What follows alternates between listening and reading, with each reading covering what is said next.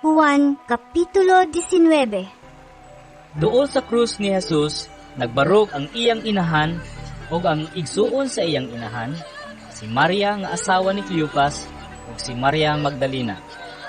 Sa pagkakita ni Jesus sa iyang inahan ug sa tinun-an nga iyang gimahal nga nagbarog didto, miingon siya sa iyang inahan, Babae, siya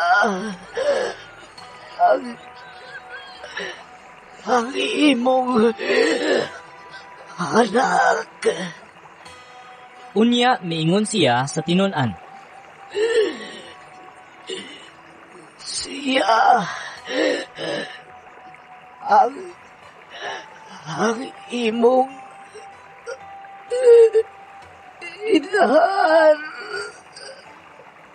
Sukad ni adto, gidala sa tinun-an si Maria aron didto namupuyo sa iyang balay.